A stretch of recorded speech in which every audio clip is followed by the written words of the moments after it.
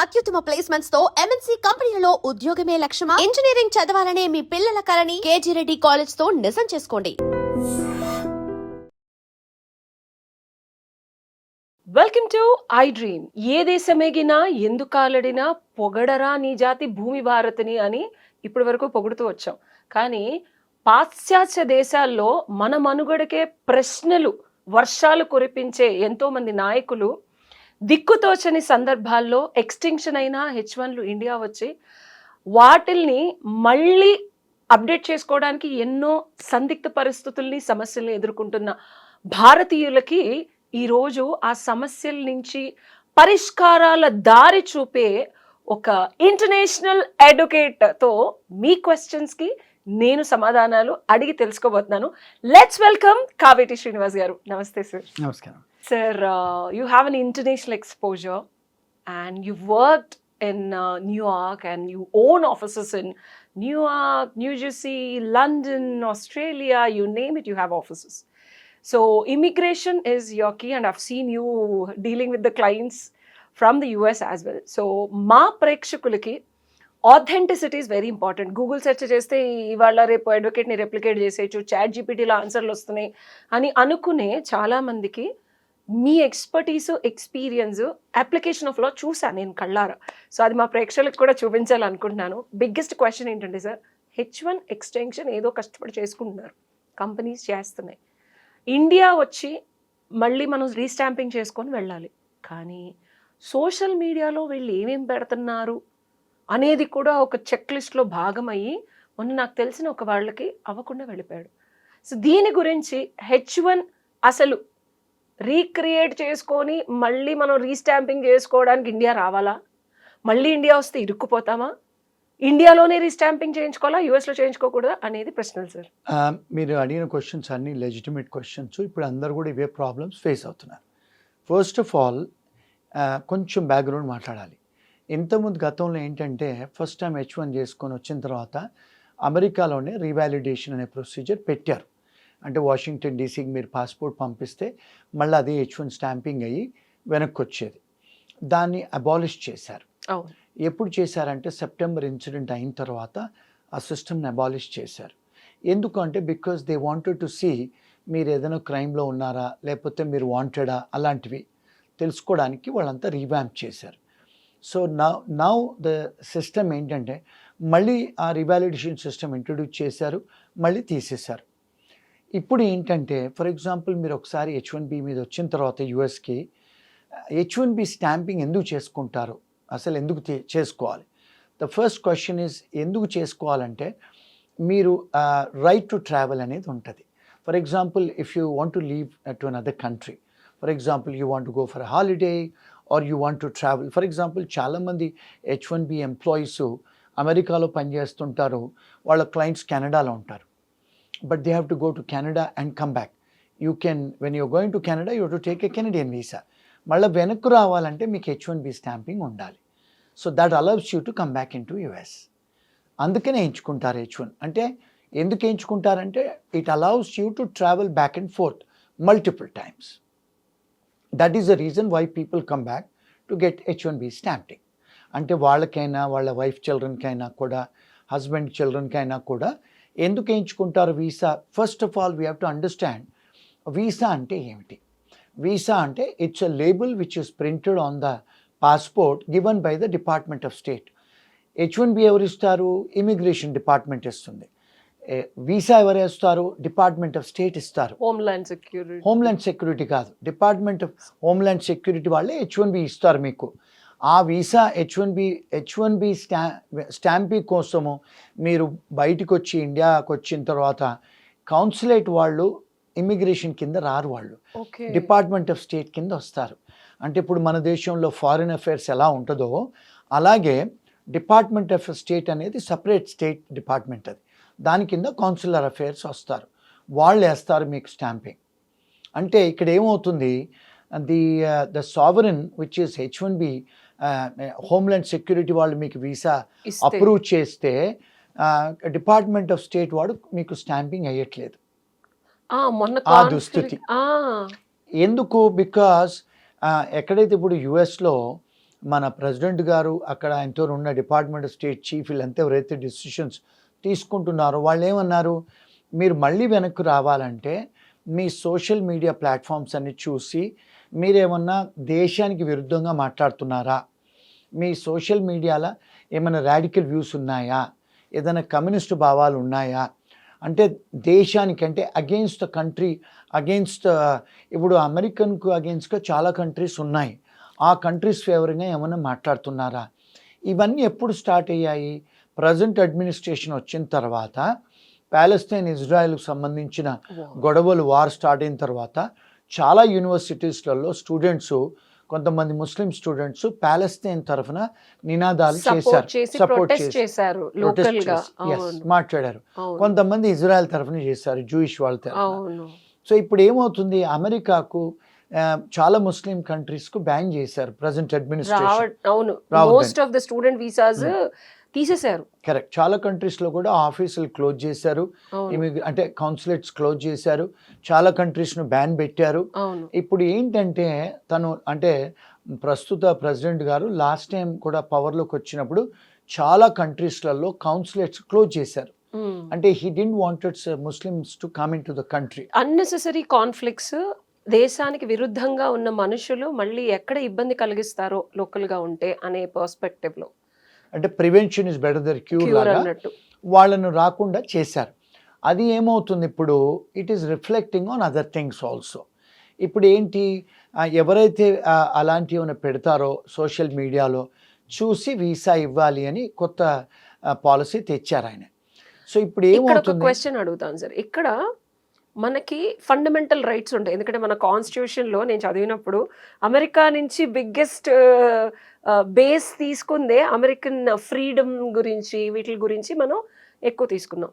So వీళ్ళు citizens కాదు, only H1 వీసాల మీద ఉన్నారు, అండ్ వీళ్ళు జస్ట్ అక్కడ బ్రతుకు తెరువు కోసమో చదువుకోవడం కోసమో పలు విధాల వర్క్ వీసాలు, ఓవన్లు, ఇవి ఇలా చాలా రకాలు తీసుకున్నప్పుడు వాళ్ళ సెల్ఫ్ ఎక్స్ప్రెషన్ని నిబద్ధత, నియంత్రత, పాలనలాగా చేస్తున్నారా? ఎందుకంటే సోషల్ మీడియా ఇప్పుడు ఇండియాలో freedom of speech and self expression ఉంది, నాకు నచ్చిన పోస్ట్ నేను పెడతాను. ఎగ్జాంపుల్, నేను ఇండియన్, సో ఏ లాస్ వర్తిస్తాయి? Because I know it's little tricky and lot of people don't understand this question is haunting me. ఎందుకంటే నా సోషల్ మీడియాలో ఎస్ డెఫినెట్గా ఒకవేళ నేను నా దేశానికి చెందిన అమ్మాయినైతే నాకు ఆ దేశభక్తి భావం ఉండటం తప్ప, ఒకవేళ ఉంటే అది నేను పరాయి దేశంలో నేను ఒక డబ్బులు కట్టి ఒక యూనివర్సిటీలో ధనార్జన కోసమో జ్ఞానార్జన కోసమో వెళితే దాన్ని బేస్ చేసుకొని ఎలాగా, I want to know the law. Excellent question, excellent question. So freedom of expression అనేది మన రాజ్యాంగం ఇండియాలో ఇచ్చారు. అమెరికన్ యుఎస్ కాన్స్టిట్యూషన్ కూడా ఫ్రీడమ్ ఆఫ్ ఎక్స్ప్రెషన్ ఉంది. ఎస్, ఫ్రీడమ్ ఆఫ్ ఎక్స్ప్రెషన్ ఉంది, కాదనట్లేదు. సో కానీ there are certain checks and balances. Checks and balances ఏంటి, ఇప్పుడు నాకు ఫ్రీడమ్ ఆఫ్ ఎక్స్ప్రెషన్ ఉంది కదా అని చెప్పి వేరే వాళ్ళ ప్రైవసీ ఇన్ఫ్లుయెన్స్ చేయడానికి లేదు కదా. ఇక్కడ సోషల్ మీడియా ప్లాట్ఫామ్స్లో మై ప్రిసైజ్ క్వశ్చన్ సార్, దేశద్రోహులు దేశంలో ఒక రకమైన ప్రొటెస్టింగ్ తీసుకొచ్చే సోషల్ మీడియా పోస్టుల్ని ఎలా స్క్రూటినీ చేస్తారు? I can also post like republic day India, నేను నా దేశాన్ని, నా దేశభక్తిని నేను డ్రెస్ చేసుకొని చాటి చెప్తా. Is that a scrutiny point, or how they are looking at this social media activism against US government? Okay, excellent question.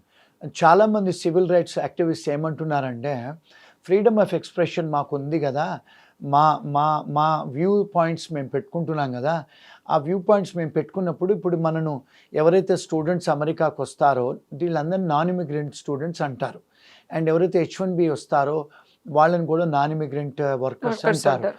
Even permanent residents కూడా వాళ్ళని ఏమంటారంటే వాళ్ళకు పర్మనెంట్ రెసిడెంట్స్ అంటారు, వాళ్ళను ఏలియన్స్ అంటారు.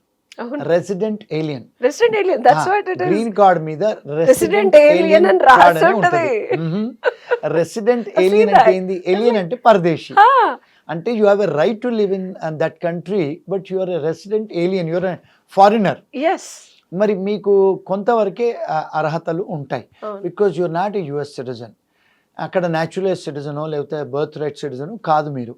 సో మీకు అక్కడ మీ ఇండియన్ పాస్పోర్ట్ ఉంటుంది, ఫారెన్ పాస్పోర్ట్ ఉంటుంది, కానీ we have given you permission to live, to have a domicile in our country for ever. Resident alien forever. You can stay. But do you have a right to get into politics or vote? The answer is no. Can you work for the American government? The answer is no. Can you become a teacher in America? The answer is no. There are many restrictions because you're only a resident alien. You're not an American. So వాళ్ళు ఏం చేస్తున్నారు, కట్టుదిట్టాలు పెట్టారు. Second ఏంటంటే, ఇప్పుడు అక్కడికి వచ్చిన తర్వాత మీరు ఒక నాన్ ఇమిగ్రెంట్ వర్కర్గా వస్తున్నారు, చదువుకోవడానికి వస్తున్నారు, ఉద్యోగం చేయడానికి వస్తున్నారు. మీకు మేము పర్మనెంట్ రెసిడెన్సీ ఇవ్వలేదు అంటే వాళ్ళనే that's way they looking at. మరి అమెరికన్స్ మీకు సిటిజన్షిప్ ఇవ్వలేదు, రానేలేదు, మీరు you not part of the country, మీరు వేరే దేశస్తులు కదా. ఇప్పుడు for example Indians are coming as with in Indian passport, but you getting a 3 years or a 5 years of visa to come and do certain things. What is the meaning of visa? Which gives you it's a Allows license to you- enter. No. It's called a license to enter into America. To do what? To study. They are giving you a license to enter to work for a particular employer. They're very clear about why Absolutely. this visa, Is what issued. are your rights, Absolutely. and how much you are allowed to do what. That's it. అది Terms- కనుక తప్పితే అక్కడున్న president గారు కూడా ఒకటే మొత్తుకుంటున్నారు, illegal immigrants, if you have legality we don't have any problem. Right. But కాకపోతే ఆ రూల్స్ అనేది ఆయన అప్డేట్ చేస్తున్నారు. రైట్. అంటే ఇప్పుడు ఏమంటున్నారంటే, ఇప్పుడు కొత్త నినాదము లీగల్ ఇమిగ్రెంట్స్ కూడా ఇల్లీగల్ చేస్తున్నారు అని. అంటే H1B వీసాలు ఫ్రాడ్ చేస్తున్నారు, స్టూడెంట్స్ వచ్చి ఫ్రాడ్ చేస్తున్నారు, అక్కడికి వచ్చి దొంగతనాలు చేస్తున్నారు, అక్కడికి వచ్చి డ్రింక్ డ్రైవింగ్ చేస్తున్నారు, మోరల్ టర్పిటెడ్ అఫెన్సెస్ చేస్తున్నారు, ఇవన్నీ హ్యూమన్ వాళ్ళు ట్రాఫికింగ్ చూసి కూడా ట్రాఫికింగ్ చేస్తున్నారు. ఇవన్నీ చేసి వాళ్ళు ఏమంటున్నారంటే, లీగల్గా కూడా వచ్చి ఇమిగ్రేషన్ వాళ్ళు ఇమిగ్రెంట్స్ వచ్చి ఇల్లీగల్ పనులు చేస్తున్నారు, అది కూడా కర్టైల్ చేయాలని చెప్పి చాలా కంట్రీస్ని బ్యాన్ చేస్తున్నారు. ఇప్పుడు స్టూడెంట్స్ని కానీ అన్ని రెస్ట్రిక్షన్స్ పెడుతున్నారు. ఇప్పుడు ఈ H1B ఏదైతే ఎంప్లాయర్స్ ఉన్నారో 3 సంవత్సరాలే పర్మిషన్ ఇస్తారు వచ్చి పని చేసుకోమని.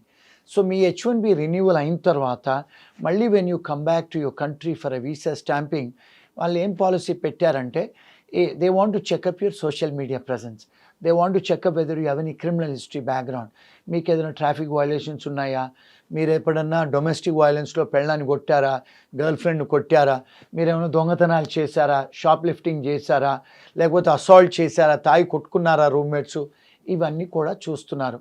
సో ఏమంటుందంటే ఇమిగ్రేషన్లో, if you are arrested for any offence, any moral turpitude offence or any offence in India, in India and overseas, మీరు ఏంటంటే because you're not a good Samaritan, మీరు మా దేశానికి వచ్చి you're not a good citizen అని అర్థం.